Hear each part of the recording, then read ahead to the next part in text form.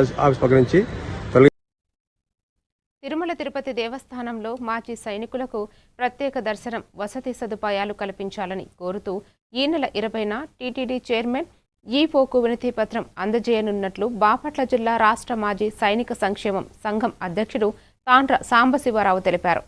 దేశ సేవ చేసిన మాజీ సైనికుల సేవలను గుర్తించి ప్రత్యేక సౌకర్యాలు కల్పించాలని టీటీడీని కోరుకున్నట్లు వెల్లడించారు.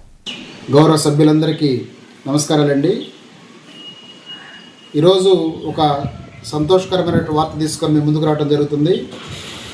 చాలా రోజుల నుంచి, చాలా సంవత్సరాల నుంచి మన మాజీ సైనికులకు తిరుమల తిరుపతి దేవస్థానంలో మరి ప్రత్యేక దర్శన సదుపాయాలు, సౌకర్యాలు ఫోన్ చేయటం, తిరుమల తిరుపతి దేవస్థానం నుంచి ఫోన్ రావటం, సార్ మీరు ఇట్లా మెయిల్ పెట్టారు కదా, ఈవో గారు మీకు సోమవారం 12 గంటలకి మరి రమ్మని మీకు అపాయింట్మెంట్ ఇచ్చారు సార్, గౌరవంగా మీరు స్టేట్ ప్రెసిడెంట్గా మీకు సంతోషంగా ఉంటుంది.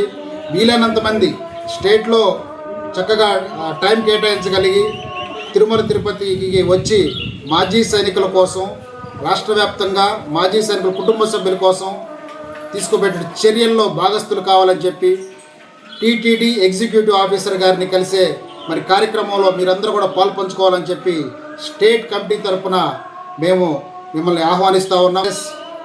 సదా మాజీ సైనికుల సంక్షేమం కోసం కృషి చేస్తుందని చెప్పి కులాలకు అతీతంగా, మతాలకు అతీతంగా, రాజకీయ పార్టీలకు అతీతంగా ఏపీఆర్ఎంఎస్ఎస్ యొక్క ధ్యేయం మాజీ సైనికుల యొక్క సేవనని చెప్పి మరొకసారి తెలియజేస్తూ మీరందరూ కూడా జూలై 20వ తేదీన మధ్యాహ్నం